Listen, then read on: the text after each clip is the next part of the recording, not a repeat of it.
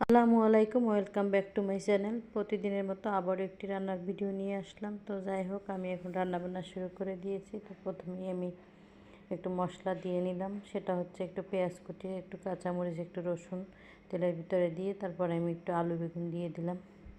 দেখেন কি গাদার মতো কাজ করলাম, অনেকগুলো হলুদ দিয়ে ফেলছি। মাঝে মাঝে না এমনটা হয়, দিতে চেয়েছি পরিমাণ মতো, কিন্তু পড়ে গেছে অনেকটা হাতের ঝাঁকায়। যাই হোক, আমি সেটাকে কভার করে তুলে নিয়েছি। আর এবার একটু আমি পরিমাণ মতো সব মশলা দিয়ে ভালো করে একটু কষিয়ে নিয়ে পানি দিয়ে দিলাম আরও একটু ভালো করে কষানোর জন্য। আলু বেগুন রান্না হবে মাছ দিয়ে।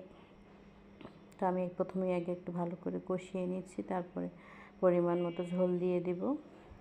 এটা হচ্ছে আমার দুপুরের রান্না। সকালের রান্নারও একটা ছোটোখাটো নাস্তার একটা ব্লগ তৈরি করা হয়েছে। যাই হোক, আমি চেষ্টা করি সময় পাইলে টুকিটাকি রান্নার ব্লগগুলো